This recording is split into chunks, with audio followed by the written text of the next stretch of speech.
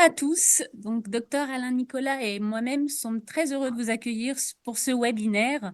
Docteur Alain Nicolas travaille au sein du département de médecine du sommeil, un de nos pôles d'excellence de la clinique, et je suis Karima Tata, donc directrice de cette même clinique. Donc, la clinique mutualiste est un établissement de santé privé à but non lucratif du groupe Aesio Santé. Donc, un acteur majeur de la santé proposant une offre de soins et de services adaptés à chaque territoire. Donc, l'objectif de notre groupe est de favoriser l'accès aux soins et la qualité pour tous, sans dépassement d'honoraires et avec des restes à charge maîtrisés. Donc, notre établissement compte plusieurs pôles médicaux, chirurgicaux d'excellence reconnus dans classements nationaux. Et donc, parmi ces pôles, la médecine du sommeil, mais je laisserai docteur Alain Nicolas vous le présenter en détail. Nous avons aussi de la médecine gériatrique, de la gastro-entérologie, de la chirurgie urologique, orthopédique, gynécologique, de la médecine vasculaire et de la chirurgie vasculaire et de l'ophtalmologie. Et nous avons récemment ouvert un centre de bariatrie à côté de la clinique, et nous avons de la chirurgie digestive. Nous comptons également d'autres pôles comme le service de réanimation de soins continus, un plateau d'imagerie, et nous sommes à peu près 500 professionnels médicaux, paramédicaux, techniques et administratifs au sein de cet établissement.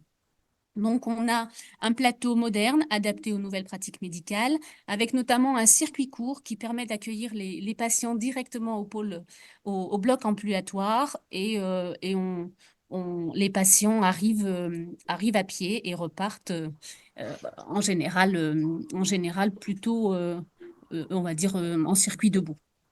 Donc, on a aussi également une unité de recherche, notamment dans plusieurs domaines, des traitements médicaux, dispositifs médicaux, des stratégies de prise en charge et l'intégration de nouvelles technologies. Donc, la clinique accorde une place centrale aux patients à travers aussi la lutte contre la douleur, le soutien psychologique, le temps d'accompagnement spécifique et qu'on met en place, par exemple, dans la prise en charge oncologique. Donc, notre volonté est toujours d'améliorer la communication vers les professionnels de santé, de ville et des autres établissements à travers les communications. Et c'est pour ça qu'effectivement, nous utilisons la plateforme Meredith. Et comme vous l'a dit tout à l'heure, effectivement, on est toujours à proposer des webinaires. Donc, n'hésitez pas à nous faire des propositions de sujets. Donc, je vous laisse en compagnie du docteur Alain Nicolas et je vous souhaite un très bon webinaire. Merci. Bonsoir à tous. Donc, je suis Alain Nicolas, je suis médecin du sommeil dans le service de médecine du sommeil ici à la Mutualité. On a une unité qui comprend un service de consultation assez important avec 6 praticiens multidisciplinaires, dont médecins généralistes, neurologues, psychiatres, pneumologues, et une unité d'enregistrement. On a 20 lits qui tournent maintenant tous les soirs à partir de janvier de la semaine, ce qui nous donne une grande capacité d'enregistrement et donc une réponse assez rapide, à la fois en consultation et en enregistrement, ce qui est satisfaisant pour nous, parce qu'effectivement, on a beaucoup de consultations maintenant qui sont reportées très loin et d'enregistrements encore plus loin, ce qui n'est pas une bonne manière de prendre les gens en charge. Alors ce soir, on va parler d'une pathologie qui est considérée comme un trouble du sommeil parce que, effectivement, en priorité, c'est les médecins du sommeil qui sont sollicités, mais qui est un trouble neurologique. Donc, on va parler du syndrome des jambes sans repos. Alors, le syndrome des jambes sans repos, c'est, comme on dit, un syndrome neurologique sensitivo-moteur. Alors, neurologique, c'est être important, ça veut dire que ce n'est pas du tout un problème angiologique, donc ce n'est pas de problème vasculaire du tout, et ce n'est pas non plus un problème musculaire. Tout se passe dans le cerveau, même si ça s'exprime au niveau des jambes. Et sensitivo-moteur, parce qu'en fait, on va avoir une partie sensitive, qui est la plupart du temps à l'éveil, qu'on appelle les impatiences, donc en français, donc, qui est traduit le plus souvent par jambes sans repos. Plutôt les membres inférieurs, on verra que ça existe au niveau des membres supérieurs, mais ce n'est pas le plus caractéristique. Et la partie motrice, qui existe pendant l'éveil parfois, surtout le soir, mais surtout pendant la nuit, qui sont les mouvements périodiques des membres inférieurs. Donc l'ensemble des deux fait le syndrome des jambes sans repos. Alors, historiquement, ça va être très rapide, je ne vais pas vous imposer l'histoire de la médecine à une heure aussi tardive. La partie impatience, qu'on appelle le syndrome d'impatience des membres inférieurs, est le plus anciennement décrit. Ce n'est pas étonnant parce qu'en fait, il fallait pouvoir explorer le sommeil pour pouvoir savoir ce qui se passait la nuit. Alors, première description, 1672. Alors, c'est vrai que c'est une description qui est relativement succincte. mais elle est déjà une description fidèle au niveau clinique et surtout décrite chez une dame, ce qui est le plus fréquent, et avec même une proposition de traitement qui est le laudanum, donc qui est à la limite toujours possible, bien qu'actuellement le traitement au laudanum ne soit pas quelque chose de particulièrement courant. Après, vraiment, la première description, je vais dire, moderne de la chose, c'est en 1945, c'est Carl Ekbom, c'est un neurologue suédois qui, à la fois, donne le nom et donne la description qui est toujours la même actuellement, de syndrome des jambes sans repos. Donc, en anglais, on a Restless Leg Syndrome. Parce qu'antérieurement, ça s'appelait de tous les noms possibles, anxiété, tibiarum, on avait un peu de tout.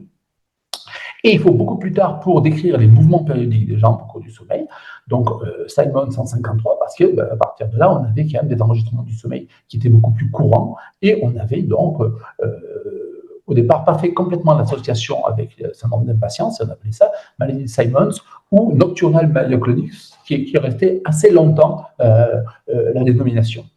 Actuellement, et depuis, je sais, une petite dizaine d'années, on appelle ça aussi syndrome de Willis-Ekbom. Honnêtement, je ne trouve pas ça particulièrement intelligent d'avoir changé. D'une part, c'est un petit peu contre-intuitif et contre-historique, puisque maintenant, de plus en plus, on supprime les noms propres dans les dénominations de syndrome. Et surtout, syndrome des jambes sans repos, ça décrit exactement la pathologie, et contrairement à ce que certains disent, c'est pas du tout discriminatoire, et ça rend pas les choses beaucoup plus édulcorées. Sans repos, c'est particulièrement intéressant, et ça donne assez bien, je dirais, la description de ce que peuvent souffrir les patients. Donc, c'est quelque chose qui est relativement fréquent. Donc, en fait, très varié en fonction des populations qu'on étudie, au niveau géographique, au niveau âge. Et vous voyez, donc, vous avez mis une petite florilège des études. On voit de 6% dans l'étude de Bixler, 45% chez les gens de plus de 65 ans. À peu près 30% des insomniaques, et ça c'est important de le souligner, c'est que souvent les insomniaques avec une plainte d'endormissement résistante à tout traitement, c'est en fait un syndrome des jambes sans repos et pas une insomnie. Et quand on traite adéquatement le syndrome des jambes sans repos, on va améliorer l'insomnie d'endormissement. On a aussi des études chez les enfants qui ont des troubles de déficit de l'attention, et on en trouve beaucoup, ce qui fait qu'entre ça et le syndrome d'apnée du sommeil, on a tendance à suggérer aux collègues pédopsychiatres de faire un bilan du sommeil chez tout enfant qui est susceptible d'avoir un diagnostic de trouble de déficit de l'attention. C'est 2 fois plus fréquent chez la femme, et ça, c'est retrouvé à peu près dans tous les pays et dans toutes les études. Alors, ça, c'est une étude relativement ancienne, mais en fait, depuis, on n'a pas refait dans cette zone. C'est une étude d'incidence en France. Donc, c'est déjà assez rare d'avoir des études qui sont faites vraiment pour la France. On va dire, donc, dans ces cas-là, on va avoir une prévalence de 8,5% chez les gens qui en ont une fois par an. Alors bon, c'est pas des gens qu'on va traiter, moi particulièrement, donc j'en ai une fois par an, ça me fait un petit peu de temps en temps en été. Donc, c'est quelque chose qu'on va ressentir, ce qui fait que quand même une grande partie de la population a déjà ressenti la chose. Après, on passe à 3,7% pour des gens qui en ont une fois par semaine. Et alors, ils sont déjà dans la zone modérée. Et on a 1,9% qui en ont tous les jours. Ça, c'est la zone sévère. Et donc, après, ça fait 870 000 millions de Français. Donc, ça fait beaucoup de monde. Pour vous donner une idée, même si on reste à 2% des gens à prendre en charge et à traiter, c'est quand même 10 fois plus fréquent que la maladie de Parkinson. Or, c'est une maladie qu'on connaît très peu, alors que tout médecin, et même, je dirais presque tout patient, a entendu parler au moins une fois dans sa vie de la maladie de Parkinson. Alors, c'est un syndrome qui a un diagnostic dans l'absolu purement clinique. Il suffit d'avoir l'interrogatoire et d'avoir des réponses précises, et on n'a pas besoin d'autre chose. Vous verrez qu'on peut avoir après besoin de pas mal d'examens complémentaires si on a besoin de faire des diagnostics différentiels. Mais pour les diagnostics, je dirais, initial, eh bien, l'interrogatoire suffit. On va avoir donc des plaintes avec un besoin irrésistible de bouger. Alors ça, c'est vraiment important d'avoir tout. Et des paresthésies. Alors, important de dire des paresthésies, c'est généralement pas douloureux. Ça peut le devenir, mais au diagnostic, assez rarement. Et alors là, les paresthésies sont décrites de manière les plus imagées possible. Picotement, tiraillement, tension. Mais la plupart du temps, les gens ont entendu parler des impatiences, surtout s'ils ont déjà discuté avec un patient. Ces données-là sont aggravées au repos, soulagées par la marche, et apparaissent ou s'aggravent généralement en soirée ou la nuit. Alors, en soirée, c'est surtout en début de soirée. Comme je vous montrerai tout à l'heure, on a surtout un pic entre 20h et 2h du matin. Et effectivement, ça va s'arrêter. Des gens qui ont des impatiences qui, comment dire, démarrent et les perturbent en deuxième partie de nuit, c'est relativement exceptionnel. Donc là, les Américains ont fait leur petit acronyme qui s'appelle URGE. URGE, donc c'est vraiment le besoin de bouger, donc avec URGE to move, donc le besoin de bouger, induit par le repos, rest induced, mieux avec l'activité, get better with activity, et évidemment, evening and night accentuation. C'est exactement la même chose, donc bien regarder ça avec ces 4 signes. Si on a une réponse positive aux 4 signes avec quelqu'un qui décrit bien les choses, eh bien, on a son diagnostic et on n'a pas besoin d'aller plus loin. Alors, donc ça, c'est la répartition des sensations de gêne et des mouvements au cours du temps. C'est pendant, alors j'espère que vous voyez ma souris, c'est pendant une période où on a fait une privation de sommeil. Et on voit bien qu'ici, donc, entre 20h et à peu près 2-3 heures du matin, on a le pic. Et après, ça diminue. Et donc, ça devient moins problématique. Et si on avait continué, on serait revenu à la quantité dans la journée. Alors, évidemment, dans les cas sévères, et surtout quand on a une longue évolution, on peut en avoir toute la journée. Mais ce n'est pas la grande majorité des cas. Et cette donnée circadienne, avec une apparition comme ça vespérale, est tout à fait caractéristique. Alors, on a des critères supplémentaires qui peuvent aider au diagnostic, puisqu'en fait, bon, je vous dis moi que c'est évident, parce que ça fait 30 ans que je m'en occupe, c'est pas si évident quand on commence. Alors, ça, on a parlé des impatiences, donc dans la définition. On peut avoir une association avec les mouvements périodiques, dont on parlera tout à l'heure, qui sont assez fréquents, mais ce n'est pas indispensable. On a jusqu'à 20 à 30% des personnes qui ont des impatiences qui n'ont absolument rien la nuit. Et inversement, on a beaucoup de gens qui ont des mouvements périodiques la nuit et qui n'ont pas d'impatience dans la journée et qui sont, je dirais, pas des choses à traiter et la plupart du temps, ce ne sont pas des cas pathologiques. Les antécédents familiaux, on a souvent des générations multiples comme ça on a la grand-mère, la mère, les filles, les petites filles qui ont les mêmes choses. Alors, c'est pas systématique, mais on peut avoir des dynasties comme ça de syndrome des jambes sans repos. Là, dernièrement, moi, j'ai une famille où j'ai le père et les 3 garçons qui sont atteints. Donc, ça, c'est plus rare quand c'est des garçons, mais c'est possible aussi. Et c'est un critère quand même, quand on a 2 ou 3 personnes dans la famille atteintes, c'est un critère de syndrome des jambes sans repos idiopathique. Alors, un autre élément qui est important, c'est la réponse positive au traitement dopaminergique. Alors, on verra tout à l'heure que ça fait partie des traitements principaux du syndrome des jambes sans repos, du fait de cette physiopathologie avec des déficits dopaminergiques. Et donc, si on fait un test thérapeutique et qu'on a absolument 0 réponse avec un agoniste dopaminergique quelconque, honnêtement, on peut commencer à se poser des questions sur la physiopathologie ou effectivement, est-ce que c'est pas autre chose, un syndrome douloureux quelconque, des neuropathies, des choses qui ne sont pas un syndrome des jambes sans repos. L'évolution de la maladie aussi est généralement sur un mode chronique, c'est-à-dire qu'on va avoir quelqu'un qu'on va détecter à un âge donné et qui va évoluer dans le temps, avec une aggravation progressive des troubles, même si on traite. Et souvent, d'ailleurs, ça donne la sensation que les traitements qu'on donne perdent de leur effet, alors qu'en fait, simplement, ils suivent l'évolution naturelle de la pathologie qui s'aggrave dans le temps. Et évidemment, ça donne des perturbations du sommeil, et c'est pour ça que les patients se retrouvent en général dans les unités de sommeil, dans les cliniques de sommeil, afin d'être explorés. Longtemps, d'ailleurs, on faisait des diagnostics à partir de plaintes d'insomnie. Maintenant, les patients commencent à connaître mieux la chose, d'autant plus qu'ils voient des patients qu'on traite et ils disent « Ah, moi j'ai la même chose ». Ils viennent avec une plainte vraiment d'impatience. Mais quand j'ai commencé, moi, il n'y avait pratiquement jamais de personnes qui se plaignaient de leurs jambes. Ils venaient tous en se plaignant d'être incapables de s'endormir le soir et donc de bouger parce qu'ils n'arrivaient pas à dormir. Et pas de se rendre compte que c'était ces mouvements, les impatiences qui les empêchaient de s'endormir. Chez les syndromes des jambes sans repos idiopathiques, vraiment d'origine, l'examen neurologique est parfaitement normal, il n'y a aucune altération, l'électromyogramme aussi est tout à fait normal. Et alors que c'est quelque chose qui perturbe beaucoup le sommeil, c'est des gens qui somnolent peu dans la journée. C'est-à-dire que je dirais que le syndrome des jambes sans repos sévère, c'est aussi perturbateur pour la structure du sommeil qu'un syndrome d'apnée du sommeil sévère. Or, on sait que dans le syndrome d'apnée du sommeil, il y a une somnolence diurne qui est importante, qui fait partie des signes principaux. Or, là, on a des gens qui sont souvent fatigués, mais plutôt hypervigilés. Je dirais qu'ils ont plus un profil d'insomniaque qu'un profil de gens qui ont le sommeil fragmenté. Alors, les signes cliniques les plus rapportés, c'est ça, difficulté d'endormissement. Parfois, il y a des insomnies qui durent toute la nuit. C'est plus rare, mais c'est vrai que si entre 20h et 2h du matin, vous n'arrivez pas du tout à trouver le sommeil, vous commencez à vous énerver fortement. Et après, même si les jambes s'améliorent, eh bien, le sommeil est parti. C'est très difficile de le récupérer. Et souvent, des fois, ils vont dormir sur le matin.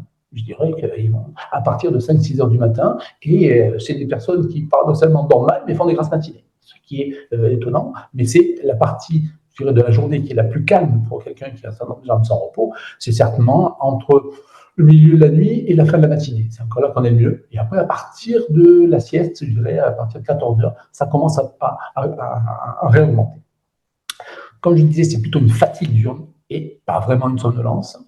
Il y a des impatiences au cours des éveils dans la nuit, si on peut dire. C'est-à-dire qu'en fait, il y a des gens qui ont des impatiences qui les empêchent de s'endormir. Par épuisement, ils s'endorment, ils se réveillent et hop, les impatiences recommencent et ils sont obligés de se relever et d'aller marcher dans toute la maison.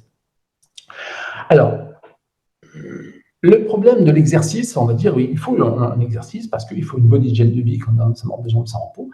Le problème c'est qu'en fait, trop peu d'exercice ou trop d'exercice vont entraîner des crises de syndrome des jambes sans repos. C'est-à-dire, quelqu'un qui est un sportif qui est intense, qui va faire 20 km de vélo par jour, si un jour il fait une entorse, il a un problème quelconque, il est obligé de passer une semaine à ne faire plus d'exercice du tout, il va avoir des impatiences très importantes. Inversement, quelqu'un qui est plutôt statique et qui décide de faire la Saint-Élion d'un seul coup, alors déjà, il faut encore qu'il y survive, mais après, il va avoir des jambes sans repos, des impatiences pendant tout le temps de récupération. Donc le fait de l'exercice, ce n'est pas quelque chose de très fiable. On a des impatiences des membres supérieurs dans à peu près 20% des cas. Alors ça, c'est plus compliqué parce qu'effectivement, marcher, c'est une chose, mais agiter les bras sur le plan social, ce n'est pas toujours évident. On a surtout pour les mouvements des jambes, on verra, mais aussi parfois pour les impatiences, des latéralisations. C'est-à-dire qu'on va avoir plutôt la jambe droite ou plutôt la jambe gauche avec des alternances au cours de la nuit. Mais quand même, le plus souvent, c'est bilatéral et relativement symétrique. Vous voyez, donc là, c'est les signes qui sont rapportés par les gens qui consultent dans le cadre d'un diagnostic du syndrome des jambes sans repos. En premier, vous avez tout de suite 43% de problèmes de sommeil. Après, les impatiences sont quand même à 27%, donc on voit bien qu'effectivement, c'est quand même le trouble du sommeil qui les amène à consulter plus que les impatiences. Des douleurs dans 21,4%. Alors là, je vous dis, c'est les éléments évolués. Après, bon, l'impossibilité de rester en place, l'impossibilité d'être confortable, la fatigue, les sensations de mouvement. Alors ça, c'est les mouvements périodiques qu'on peut voir à l'éveil.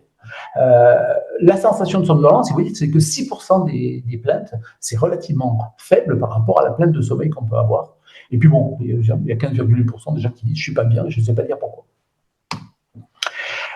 Une manière intéressante, alors pas de faire les diagnostics, mais d'évaluer la sévérité des choses, c'est ce qu'on appelle l'échelle internationale de sévérité du syndrome des jambes sans repos. Je vous l'ai mis in extenso, là, vous pouvez l'utiliser comme ça, avec la cotation qui est en dessous. Voilà, on voit entre le grave et très grave, donc sévère, très sévère.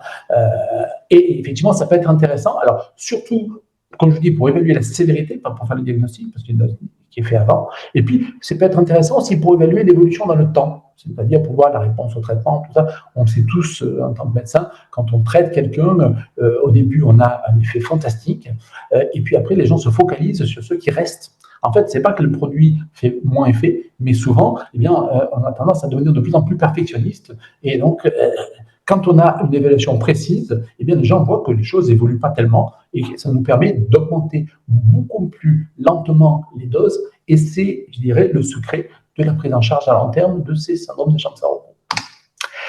Alors, les diagnostics différentiels. Alors, bon, ça paraît évident quand je vous le dis comme ça, mais l'insuffisance veineuse, eh bien, c'est tout à fait le contraire, si on peut dire. C'est amélioré par le repos, avec les jambes surélevées. Si vous faites ça, un syndrome des jambes sans repos, si vous ne giflez pas, c'est que vraiment, il a une bonne composition, parce que c'est vraiment la position la plus difficile à garder pour quelqu'un qui a ce type de pathologie.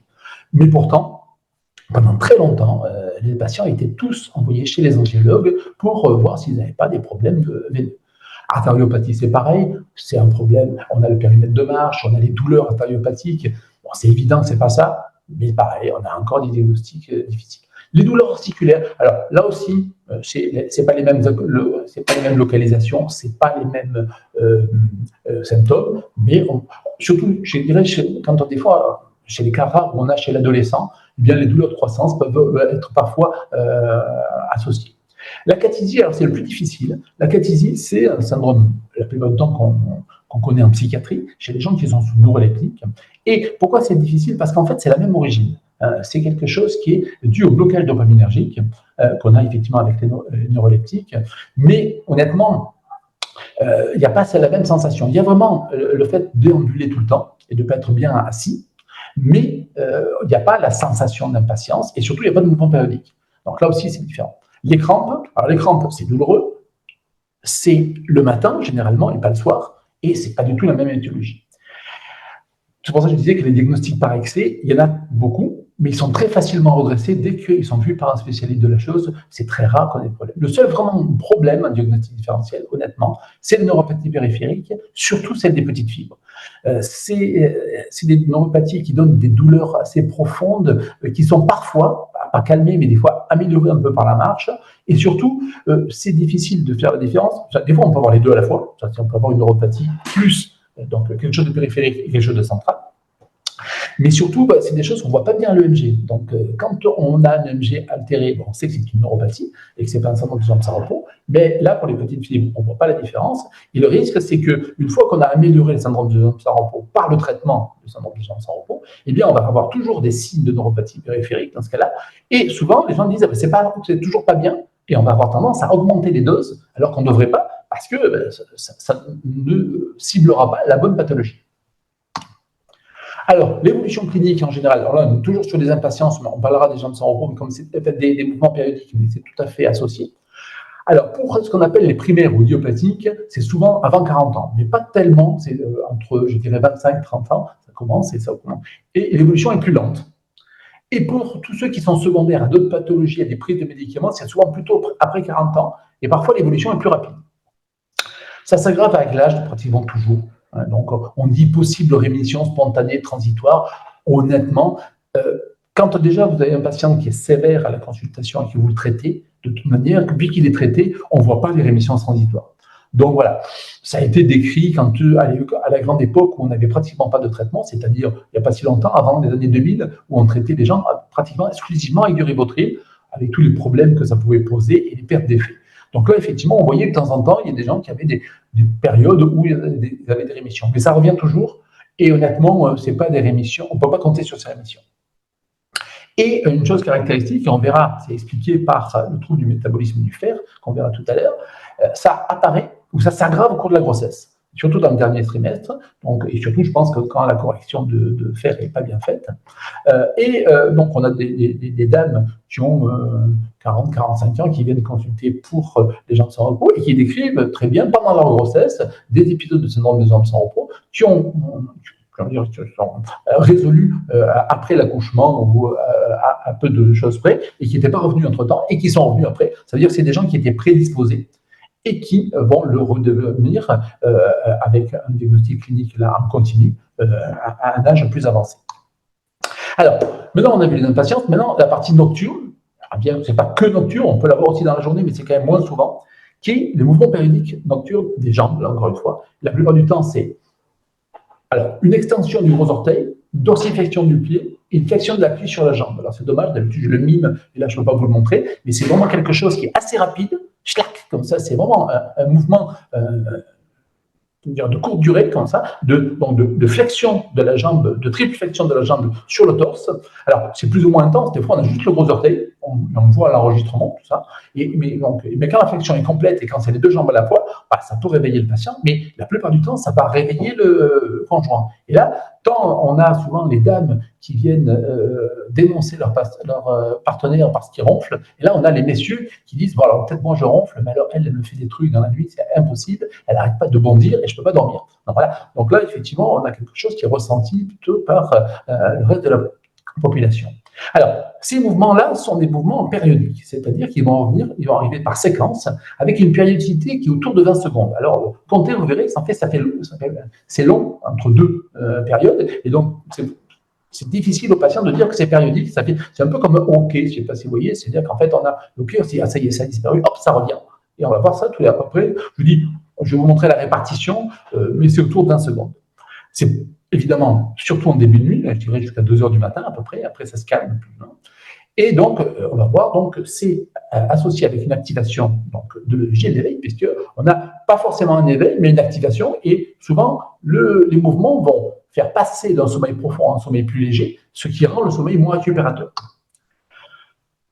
On fait une polysomnographie, donc l'arrangement qu'on fait d'études, avec les EMG janvier. C'est ça une vraie polysomnographie, on fait toujours avec les EMG, mais maintenant de plus en plus, on a des collègues pneumologues qui s'intéressent surtout à la respiration et qui ne les mettent pas. Donc là, on peut passer à côté du diagnostic.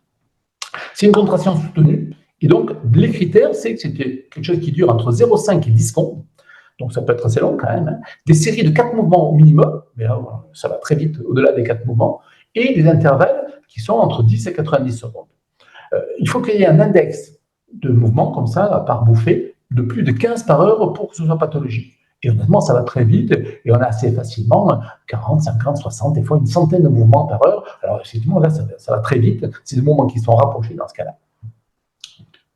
Hop là. Vous voyez ce que ça donne sur un électromyogramme. Là, vous avez l'enregistrement de sommeil avec le G, le OG ici, le muscle, du menton, tout ça. Et ça, c'est donc une des jambes. Donc ça, c'est la gauche et la droite. Ici, vous avez donc les mouvements. Alors là, l'autre jambe bouge je dirais, par sympathie, puisqu'elle est entraînée. Mais là, c'est surtout cette jambe-là. Et on voit bien la périodicité. C'est bien régulier. Tac, tac. Et ça règle pas d'effet, paf, un micro-éveil. Pas d'effet, pas d'effet. Donc, ce n'est pas toujours éveillant, ce n'est pas toujours modificateur pour le sommeil. Voilà, ça, c'est les différentes formes d'association. Vous voyez, donc on peut avoir des séries, une série, un intervalle, une autre série, ou alors des choses qui sont pratiquement subcontinues toute la nuit. Puis après, des fois, des choses qui se battent en duel avec 2 rapprochés, puis après 2 rapprochés, mais qui comptent pour 4 ici. Et là aussi, encore des choses continues. La répartition des intervalles, donc je vous avais promis tout à l'heure, vous voyez, donc le maximum c'est 20 secondes ici, mais on peut avoir des choses qui vont quand même de 20 à 90 secondes, avec le gros regroupement ici, donc entre 15 et 25. Donc là, effectivement, alors les conjoints, ça, souvent, ils comptent entre deux et ils se rendent compte que ça revient assez régulièrement. C'est assez pénible parce que des fois, en 25 secondes, on a le temps de replonger dans le sommeil et d'être de nouveau réveillé. Alors, les syndromes des jambes sans repos secondaires. Alors, on va parler tout de suite du déficit en fer. On verra que ça, c'est le déficit en fer périphérique. Donc, tous les gens qui ont un syndrome des jambes sans repos ont un déficit en fer au niveau cérébral. Bon, heureusement pour eux, on ne fait pas tous une ponction lombaire. Et ils ont un déficit en fer au niveau cérébral. Ils n'ont pas tous un déficit en fer au niveau périphérique. Ceux qui ont un déficit en fer au niveau périphérique, on va avoir ça, comme on disait, possiblement dans la grossesse, mais dans les insuffisants rénaux, dans les déficits en fer en général. Chez les insuffisants rénaux, surtout les dialysés. Moi, je sais que quand j'étais étudiant en médecine, ce qui fait très très longtemps, j'avais entendu parler plus ou moins de cette chose-là très rapidement dans le cours de néphro, et on disait à l'issue de la dialyse, les gens ont des faits difficiles comme ça, tant qu'on n'a pas compensé tous ceux qui avaient été enlevés pendant la dialyse. Les polyneuropathies, alors là, c'est vrai que c'est très difficile parce qu'on ne sait pas dire d'où ça vient, mais ce qui est important, c'est la iatrogénie. Les neuroleptiques, en tant que bloqueurs dopaminergiques, sont des pourvoyeurs de syndrome des jambes sans repos importants. Alors, c'est vrai, quand on utilise les neuroleptiques, surtout chez les patients pas psychiatriques. C'est-à-dire qu'un patient psychotique qui a besoin de ces neuroleptiques pour faire diminuer son hypertonie dopaminergique, ils ont assez rarement des jambes sans repos. Ils vont pas avoir des épisodes d'acathysie, mais pas tout le temps. Donc là, par contre, quelqu'un qui a des fois des petits neuroleptiques dans le genre, je ne sais pas moi, des choses qui sont à moitié des antihistaminiques, le Vogalène, des choses comme ça, ça suffit pour développer des jambes sans repos et ça s'arrête à l'arrêt du traitement. Les antidépresseurs, alors là aussi, c'est vrai que ce n'est pas tout le temps. Moi, je suis psychiatre au départ, et honnêtement, sous antidépresseurs, ce n'est pas vraiment ce qu'on voit le plus. Par contre, ceux qui vont développer des impatiences sous antidépresseurs, c'est souvent des gens qui en développeront plus tard. Donc, ça veut dire qu'on va les faire démarrer beaucoup plus tôt parce qu'on agit sur leur sensibilité. Et les antihistaminiques aussi, on a des études assez impressionnantes sous Atarax. Alors, sous Donormil, il n'y a pas grand-chose comme étude parce qu'il n'existe pas trop dans le monde, mais l'Atarax existe, les doxyzines existent un peu partout. Et effectivement, là aussi, on peut avoir ça. Donc, ça a l'air de rien, mais bon, éliminer assez rapidement ces choses-là, ou par exemple, mettre les antidépresseurs en prise le matin, des fois, ça suffit à supprimer l'effet secondaire de jambes sans repos. Alors là, un petit schéma rapide pour essayer de déterminer si les syndromes de jambes sans repos sont secondaires ou non, et puis surtout pour justement vérifier si on peut enlever la cause classique. Donc, vous voyez, donc, on regarde les critères, on a les 4 critères, c'est bon. On regarde s'il y a une prise de médicaments, alors les antidépresseurs, les neuroleptiques, les inhibiteurs calciques et la thyroxine, je ne vous les ai pas mis parce que honnêtement, on en voit exceptionnellement. Je crois que je n'ai jamais vu de ma vie un inhibiteur calcique qui ait donné quelque chose au niveau. Alors après, ça peut être fossile, qui a des grosses doses ou quand on a des populations qui ont besoin de ce type de traitement. Après, donc, l'examen neurologique est anormal. Ben, on va voir donc les neuropathies, la polyarthrite, des éléments diabétiques. Après, on vérifie la ferritine. Alors, c'est la ferritine qui est le plus intéressant. Dans ce schéma-là, on est à 50 nanogrammes. Maintenant, de plus en plus, on est plutôt à 75, vous verrez plus tard. Mais bon, voilà, donc, on va voir si la ferritine est basse, on compense en fer. Si elle n'est pas basse, on laisse tomber. Et puis, si on a l'histoire familiale, vous voyez, donc, quand on est là, on est vraiment dans l'idiopathie. Alors, d'où ça vient, cette affaire-là? Donc, on sait presque sûr maintenant, et ça fait longtemps qu'on le sait, mais qu'il y a une implication du fer cérébral et de la transmission dopaminergique.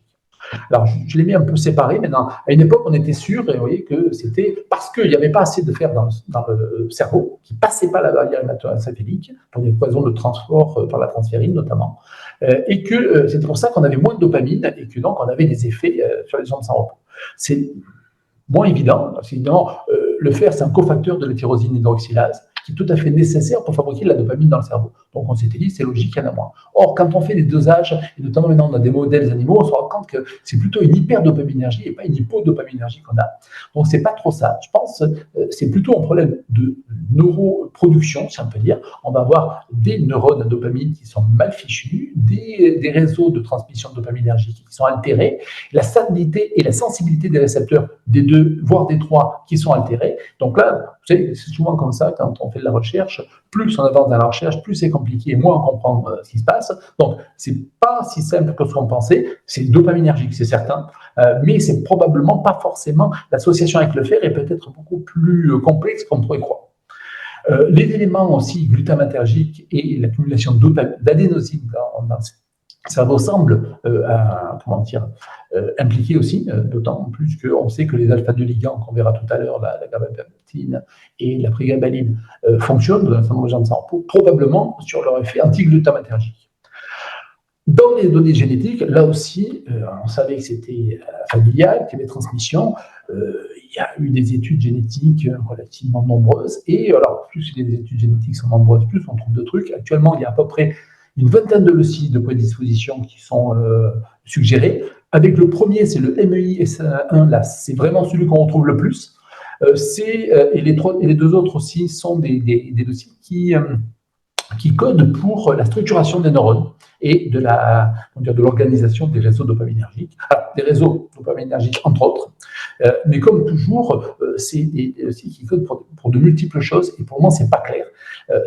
Quoi qu'il en soit, ce n'est pas du tout pour le moment un élément qui va nous aider au niveau clinique pour faire de la médecine personnalisée, pour dire voilà, lui il a ce loci-là, donc il doit le traiter comme ça. C'est pas encore à ce niveau-là, ça aide pour le moment pour les études de recherche, pour sélectionner des groupes de patients très homogènes, mais pour le moment, je vous dis, ça ne va pas encore sortir rapidement comme examen complémentaire.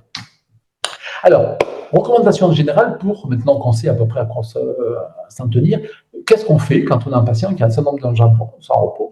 On l'a diagnostiqué. Première chose, hygiène du sommeil. Et il faut effectivement des gens qui ont le sommeil le plus régulier possible et faire attention, par exemple, au café, à l'alcool. Mais honnêtement, si on peut dire, bien que parfois un HS nous dit non, mais ça suffit de faire ça, honnêtement, les patients qui viennent consulter, qui arrivent en unité de sommeil, c'est parce qu'ils ont un syndrome de jambes sans repos sévère, généralement, ils ont déjà essayé l'hygiène du sommeil, l'arrêt du café ou l'alcool. Quelqu'un qui a un syndrome de jambes sans repos, il sait très bien que dès qu'il boit un petit verre d'alcool, une bière ou n'importe quoi, il va avoir une crise de syndrome de jambes sans repos, et notamment d'impatience très importante. Donc, ça fait longtemps qu'il a arrêté. Donc voilà, ça, ces recommandations sont peut-être valables pour les légers ou les modérés. Mais les légers ou modérés, on ne les voit pas en cabinet. Donc, et surtout pas dans les cabinets spécialisés. Par contre, effectivement, ce qui est intéressant, c'est tout de suite, comme je disais, identifier les facteurs favorisants, les médicaments et le manque de fer. Et ça, c'est deux choses que les gens connaissent beaucoup moins bien. Donc, il va falloir être attentif là-dessus. Et puis, effectivement, dans les mesures du possible, arrêter. Alors, quand je dis dans la mesure du possible, c'est-à-dire un patient psychotique sous neuroleptique qui a des impatiences, arrêter les neuroleptiques, je pense que ça ne plairait pas beaucoup à son psychiatre traitant. Donc, on va essayer de voir un peu si on peut trouver des aménagements. Alors, les interventions qu'on appelle non pharmacologiques, donc, comme je dis, l'hygiène du sommeil, mais aussi la marche, les étirements, les massages, les douches froides, la thérapie cognitive et comportementale, ça peut être intéressant, mais la plupart du temps, c'est, comme je disais, pour les peu sévères, pour les impatiences intermittentes. Et je dirais que c'est des effets qui sont transitoires. Des fois, ils vont dire « Ah, je fais ça, maintenant, et puis ça m'arrange, mais après, ça disparaît. » Et puis, des fois, ça aggrave. Les massages, ça améliore certaines personnes, mais la plupart des patients que j'ai, moi, le massage, c'est quelque chose qui les rend fous, parce qu'au contraire, quand on triture leur mollet, c'est pas quelque chose qui les intéresse. Après, on a l'acupuncture, le yoga, la luminothérapie, tout ce qu'on peut imaginer. Là aussi, il n'y a pas d'indication, pour la première ligne, la marche, étirement, massage, il y a quelques études qui ont montré que ça peut avoir des effets, mais ils précisent bien tous que c'est transitoire. Pour l'acupuncture, le yoga, la luminothérapie, les activités sportives spécifiques, tout ça, il n'y a pas d'études valables et surtout, on ne voit pas par quel moyen ça peut fonctionner. Le CBD, je le mets tout de suite parce que tout le monde maintenant utilise le CBD, ça marche pour tout actuellement. Et nous, on a une étude, on a de la chance, qui est sortie là, qui vient juste de sortir d'un groupe portugais, et qui montre que le CBD, ça ne fait strictement rien sur les jambes sans repos. Donc, pas d'excuses. Les patients qui vous disent ouais, avec un petit joint, ça va mieux. Alors, le THC, je ne sais pas ce que ça peut donner. Ça peut aider à dormir, mais le CBD, ça ne marche pas. Alors, le traitement parfait. Alors, quand on a une ferritine qui est inférieure à 75 microgrammes, ça peut être intéressant de traiter par fer. Alors, je dis bien ça peut être intéressant. À moi, dans mon expérience, quand j'étais jeune, c'était fantastique. On dit ouais, le fer, c'est quelque chose, c'est pas vraiment un médicament, et ça va traiter les gens naturellement. Honnêtement, c'est très difficile souvent de faire remonter leur fer. Donc, on utilise des différents, n'importe quel fer, sans avoir des effets secondaires de constipation, de troubles digestifs. C'est relativement mal toléré, honnêtement, le fer. Et comme c'est souvent une population féminine, la tolérance aux troubles digestifs, notamment à la constipation, est très faible. Et souvent, on le fait monter, et puis il redescend tout de suite. Donc, comme si, effectivement, il y avait une fuite quelque part qu'on n'a jamais réussi à identifier. Plutôt les Américains, les Anglo-Saxons disent, bon, si la ferritine est élevée et qu'on n'arrive pas à faire remonter le fer, eh bien, on va mettre du fer intraveineux. Donc, il y a quelques études, et honnêtement, moi, les études ne me convainquent pas du tout. Vous voyez, donc 25% d'effet à 24 semaines, c'est vraiment pas énorme, confronté au fait que ce n'est pas non plus quelque chose d'anodin de faire une injection de fer intraveineux à quelqu'un, surtout si on n'est pas certain d'avoir un effet qui est tout à fait intéressant. Et moi, dans mon expérience, les quelques patients que j'ai vus qui avaient eu ce type de traitement revenaient chez nous pour être traités de manière plus classique. Le traitement classique, et c'est un traitement, je dirais, presque historique, parce que dans les années 2000, c'est parce qu'on s'est rendu compte que ces produits-là fonctionnaient, qu'on s'est dit, tiens, c'est le système de dopamine énergique qui ne va pas. Et c'est de là qu'est parti pratiquement tout le raisonnement. Alors, pourquoi on s'est rendu compte que ça s'améliorait? Parce qu'effectivement, comme c'est le système dopaminergique qui est atteint, effectivement, ça existe et c'est relativement fréquent chez les gens qui ont une maladie de Parkinson, puisque déjà leur système dopaminergique est atteint. Et on s'est rendu compte que quand on traitait le Parkinson, quand on augmentait les doses, qu'on modifiait les choses, eh bien, on avait une amélioration aussi de ce syndrome des gens de sans repos. Donc, les gens se sont dit, tiens, bonne idée, si ça marche dans ce cas-là, pourquoi ça ne marcherait pas aussi dans l'idiopathique? On a tenté le truc et ça a marché très bien. Donc, les produits dont on dispose sont surtout les non-dérivés de l'ergotisec, le ropinirole, qu'on utilise entre 0,25 et, alors j'ai mis 2-4 mg, ça dépend des publications, le pramipexole, qui est actuellement le plus utilisé entre 0,125 et là aussi 0,5, 0,75, la rotigotine, donc, qui est un produit qui existe en patch, donc à 3 mg, et qui honnêtement, comme je vous dis, c'est quelque chose qui est quand même assez chronobiologique, donc c'est maximum le soir. Quelque chose qui a un patch qui agit sur toute la journée, c'est pas forcément une bonne indication. Et la tolérance au patch de rotigotine est honnêtement, dans mon expérience, pas fantastique du tout, donc moi j'utilise assez rarement. Après, on a proposé aussi les dérivés de l'ergot avec le pergolide et le cabergolide. Honnêtement, ça a été abandonné depuis un bon moment parce que ça donnait des valvulopathies et on a considéré que même si le syndrome des jambes sans repos était quelque chose de très pénible, ça ne valait pas le coup de risquer une valvulopathie. Alors, l'AMM est pour les formes modérées ou sévères, Et le remboursement n'est que pour les formes sévères. Alors ça, bon, je ne fais pas de commentaires sur le niveau de remboursement ni sur l'agence du médicament, mais c'est quand même assez rigolo. Bon. La prescription initiale est normalement réservée au neurologue ou au médecin du sommeil. C'est une précaution, si on peut dire, qui est un peu caduque dans le sens où, de toute manière, quand vous prescrivez, quelle que soit votre spécialité, un agoniste dopaminergique, le pharmacien considère que vous le donnez pour une maladie de Parkinson. Or, vous avez le droit pour les maladies de Parkinson et pas pour les antécédents de sans repos. Et comme on ne précise pas pourquoi on le donne, ben, moi j'ai beaucoup de patients qui arrivent qui ont déjà eu un agoniste dopaminergique. Et bon, je ne suis pas plus courroucé que ça. D'autant plus que la plupart du temps, les collègues qui sont bien renseignés et qui ont essayé l'organisme dopaminergique, ben, ils connaissent aussi assez bien la maladie, donc c'est pas un problème. Mais voilà, donc sachez que théoriquement, si vous avez un patient assez pointilleux, il va vous dire ah mais non, vous n'avez pas le droit parce que c'est marqué qu'il n'y a que les neurologues ou le médecin du sommeil qui peut le faire. Les agonistes sont efficaces. Ils sont efficaces en 90 à 120 minutes, ce qui fait que généralement, on dit aux gens, vous les prenez 2 heures avant que les impatiences commencent. Alors, ils savent qu'en moyenne, ça commence vers 20 heures, donc la prise est à 18 heures.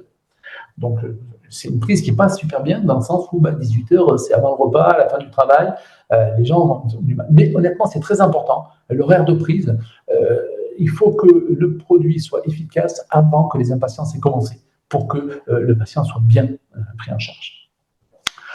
Donc, on augmente progressivement les doses, mais très progressivement. Donc, il ne faut pas s'affoler. C'est pour ça que souvent, quand c'est les collègues neurologues, que je ne critique pas, mais qui ont l'habitude de traiter les parkinsoniens, ils donnent des doses un peu fortes et ils augmentent rapidement. Parce qu'ils ont l'habitude de traiter les parkinsoniens qui prennent des doses 10, 15, 20 fois plus importantes. Alors que là, il faut vraiment commencer à des doses microscopiques. On commence à un demi-comprimé de 0,18 de pramipexole, donc qui est le cifrol, et voilà. Et puis on voit ce que ça donne, et puis on attend un mois et on voit si ça s'améliore. Bon, même si c'est un produit, une pathologie sévère, on aura déjà une petite amélioration et les patients attendent bien un mois et puis on augmente. Et puis moi j'ai des gens au bout d'un mois qui disent c'est super, ça a disparu, j'ai pas de problème. Et donc on n'a pas besoin de se précipiter. Avec souvent on a des modèles d'itration avec une augmentation de toutes les semaines. Du calme, la patience pour tout le monde, même pour les patients qui ont des impatiences. Donc, les signes durs ne sont améliorés dans 90% des cas. Donc, c'est pour ça qu'on se dit qu'effectivement, c'est presque un test thérapeutique. Et ça améliore aussi le mouvement périodique la nuit. Donc, c'est un traitement qui marche sur les deux. C'est d'ailleurs l'intérêt, on verra, du pramipexole, qui a une durée assez longue et donc qui est assez intéressant là-dessus.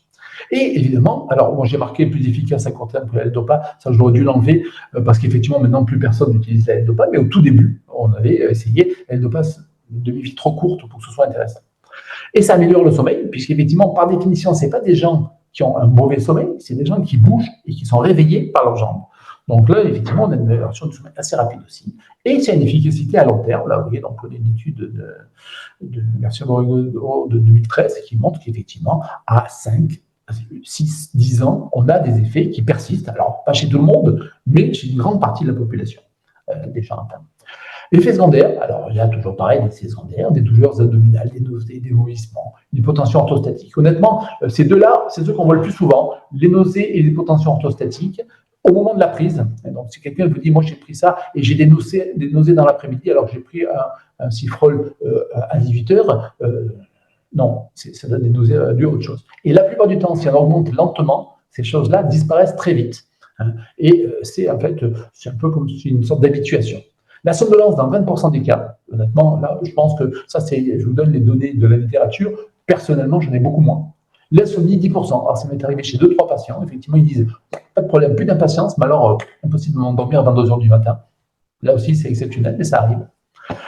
Les endormissements soudains. Alors ça a été décrit chez le Parkinson à forte dose. Des gens qui avaient des endormissements, parfois à l'emporte-pièce, comme ça, comme des attaques de narcolepsie quasiment.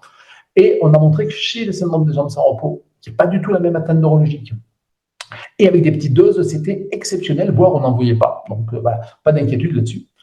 Et après, il y a deux choses qui sont importantes, qui sont apparues un peu, je dirais qu'on a eu une grande lune de miel entre 2010 et 2015, et à partir de 2015-2020, on a montré qu'il y avait de plus en plus de gens qui étaient traités, et de plus en plus de gens ont fini par augmenter les doses, et on avait deux choses qui nous ont embêtés, le syndrome d'augmentation et les troubles de l'impulsivité. Alors, le syndrome d'augmentation, c'est la vraie chose qui, je pense que c'est relativement fréquent, si on peut dire, et c'est une modification des signes, surtout chez les gens chez qui on arrive un peu au maximum de doses. Et là, on va avoir des impatiences qui vont apparaître beaucoup plus tôt, donc en début d'après-midi, juste à la sieste, des fois en fin de matinée. Euh, Quand il marche, le mieux, si on peut dire, l'amélioration est très transitoire, c'est-à-dire qu'il marche 10 minutes, un quart d'heure, d'habitude il pouvait aller se recoucher, des fois se rendormir, là ça réapparaît presque dès qu'il s'arrête de bouger. Il faut marcher beaucoup plus longtemps pour que ce soit efficace. Et parfois, j'en avais dans les jambes, maintenant ils en ont dans les bras, des fois c'est tout le corps, et ça devient plus sévère, et parfois les douleurs arrivent. Donc ça c'est vraiment le syndrome d'augmentation. C'est surtout, comme je disais, traitement à long cours, dose augmentée, si on peut dire. Ce qu'il faut, c'est diminuer les doses, revenir à des doses plus basses, qui sont peut-être moins efficaces, mais qui ne donnent pas ça. Changer de produit, et notamment changer de classe. Et donc, on va parler d'une autre classe qui peut donner ce genre de choses tout à l'heure.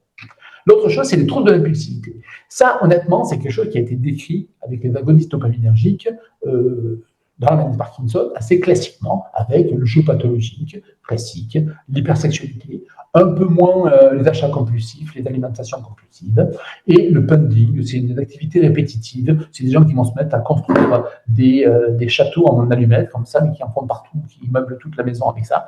Bon. Honnêtement, moi, je ne suis pas un exemple, si on peut dire, mais j'en traite beaucoup de patients et depuis très longtemps, et je n'ai jamais vu aucun de ces trois-là. De ces 5-là, pardon. Un collègue, moi, qui avait décrit une hypersexualité, mais chez quelqu'un qui était très âgé, qui avait une maladie neurodégénérative. Donc, vous voyez, on arrivait sur un syndrome, plurifactoriel au niveau neurologique. Il y a une étude de 2010 qui montre qu'il y a 6 à 17% des patients qui, sous agonistes à dose normale, développeraient des troubles de l'impulsivité, avec surtout des achats compulsifs. Et achat et jeu compulsif, c'est les deux choses les plus fréquentes dans ces études-là, qui sont des études américaines. Alors, il faut toujours se méfier parce qu'en fait, il faut être sûr, et c'est vrai aussi dans le Parkinson, qu'il n'y a pas déjà une tendance du patient avant qui est augmentée. Je pense que quelqu'un qui n'a absolument aucune tendance à l'achat compulsif et au jeu pathologique va être relativement à l'abri avec les petites doses qu'on donne. Quelqu'un qui a déjà un peu des antécédents à la chose, eh bien, ça peut être poussé un peu. Et là, de toute manière, l'idée, c'est qu'on prévient les patients et on leur dit, dès qu'il y a un doute sur quoi que ce soit, vous nous le dites tout de suite, on arrête, paf, ça cessera, il n'y a aucun problème. Les quelques cas qui ont défrayé la chronique de patients parkinsoniens qui ont développé une hypersexualité avec une prostitution, des choses comme ça, ça ne se voit pas dans le syndrome des gens sans repos, et même dans la Parkinson, c'est extrêmement rare. Donc, il faut informer les patients, mais il ne faut pas non plus les inquiéter là-dessus. Il y a peut-être que seulement l'hypersexualité, généralement, ça ne les inquiète pas plus que ça, mais tout le reste, ça peut les inquiéter. Alors, l'autre classe thérapeutique qui est de plus en plus utilisée, d'autant plus que les gens disent, au moins ça ne donne pas d'augmentation et pas de trouble de l'impulsivité, autant commencer par ça. Le problème, c'est que dans mon expérience, je trouve que c'est moins efficace. Et qu'en plus, c'est des produits donc, qui sont des antiépileptiques, ce qu'on appelle des alpha-2 ligands, et qui ont une tendance à faire somnoler. Or, les gens qui ont un syndrome des gens sans repos ne supportent pas de somnoler, c'est des gens hyper vigiles et qui détestent pas ça. Donc, en fait, la tolérance est moins bonne, généralement. Alors, rien n'empêche de le faire, mais là aussi, ils n'ont pas de syndrome d'augmentation, pas d'impulsivité, mais ils ont tous leurs problèmes. La prégabaline, qui est le Lyrica, est maintenant limité dans le temps, mais sur ordonnance sécurisée, parce qu'il y a des cas d'abus, et voilà, la gabapentin peut donner des problèmes cutanés sévères. Voilà, il n'y a pas un seul produit qui est prenez plutôt ça, c'est tranquille. Il n'y a aucun produit qu'on peut donner avec facilité. Alors, on peut les associer, c'est-à-dire on peut dire, bon voilà, je suis arrivé au maximum de ce que je peux donner sans syndrome d'augmentation pour le Cifrol, par exemple, le Pantopexol. Et puis à ce moment-là, je reviens un peu en arrière et je rajoute de la gabapentin à petite dose, la prégabaline, pour faire un peu de petite dose des deux pour être assez tranquille. Ça, c'est faisable aussi. C'est intéressant dans les formes douloureuses ou très insomniantes, parce qu'à ce moment-là, on va les donner tard. Les produits alpha-2 ligands sont des antalgiques, si on peut dire, à visée neurotrope, qui peuvent être intéressants. Et en plus, comme ils sont somnogènes, ils vont faciliter le sommeil. Voilà. Donc ça, c'est pour ça qu'ils sont les deux groupes sont en première ligne, à peu près ex aequo, parce qu'ils ont des avantages et des inconvénients chacun dans la. Alors, l'autre classe qu'on utilise, c'est les opiacés. Donc, surtout la codéine, assez peu le tramadol, parce qu'on a beaucoup de patients âgés, et moi, j'aime pas trop le tramadol chez des gens très âgés. L'avantage de la codéine, c'est que c'est une action super rapide, c'est-à-dire que là, vous le prenez, et une demi-heure après, vous n'avez plus d'impatience, pas de problème. Moi, je l'utilise pour les crises que j'appelle résiduelles. C'est-à-dire qu'en fait, moi, je ne monte pas la dose au-delà de s'ils ont une crise donc, je dirais 2 à 3 crises par mois. Je les garde, ces crises-là, et je leur dis à ce moment-là, quand vous avez une crise, malgré le traitement agoniste dopaminergique, vous prenez 1 ou 2 comprimés de codéine, ça le calmera. Ça nous permet d'être vraiment borderline sur le traitement et d'augmenter le moins possible le traitement de fond.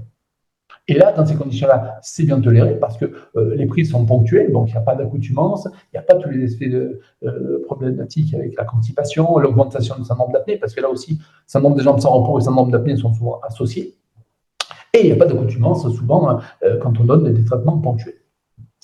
Voilà. Alors, stratégie thérapeutique, on commence, diagnostic, hygiène, corriger la ferritine. On fait ça en premier. Et je vous dis, dans mon expérience, souvent, la correction de la ferritine est soit laborieuse, soit pas très efficace. Après, une monothérapie, on commence toujours par une monothérapie, agoniste ou antiépileptique, en fonction de votre tolérance personnelle aux effets secondaires éventuels. Après, on surveille bien. Et là, c'est sûr que, bon, quand un patient bien stabilisé, pour les voir 1 fois par an, mais au début, je dirais sur les 2 premières années, il faut quand même le voir tous les 2-3 mois pour être sûr. Et puis surtout être disponible. Moi, souvent, ils ont souvent mon mail professionnel et donc ils me disent, oh, ça va pas, il y a un truc qui va pas, pour pouvoir réadapter rapidement les choses avant que les choses partent en vrille.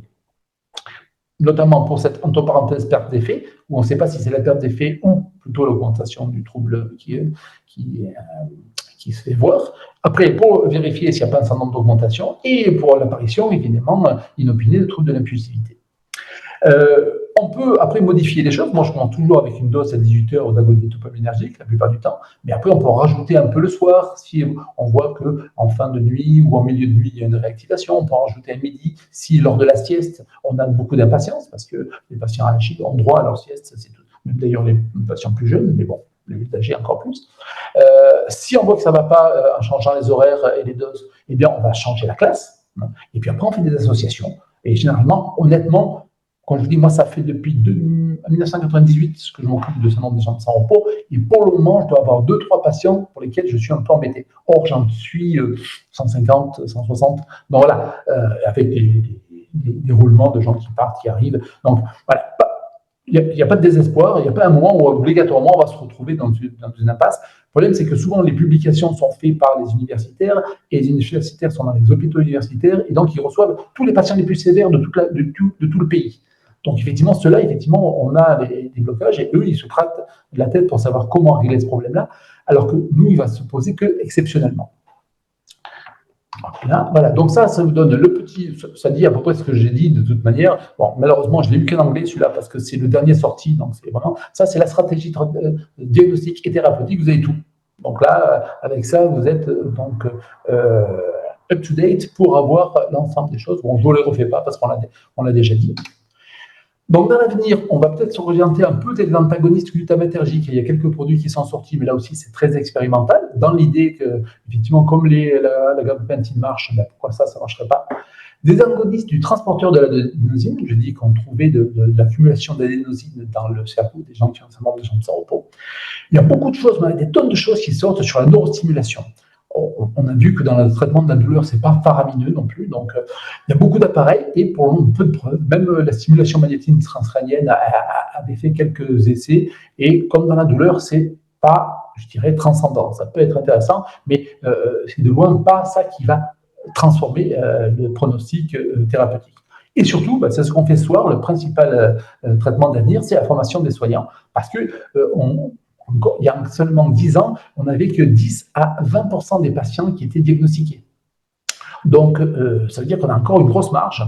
On est beaucoup plus loin que ce qu'on est actuellement pour le syndrome d'apnée du sommeil, où on commence à diagnostiquer une beaucoup plus grosse partie des patients. On a quand même une bonne vingtaine d'années de retard, je pense, là-dessus. Et plus on diagnostiquera bien les choses, plus on les traitera bien sans d'avoir des doses excessives, plus on va avoir un bon avenir thérapeutique pour ces patients.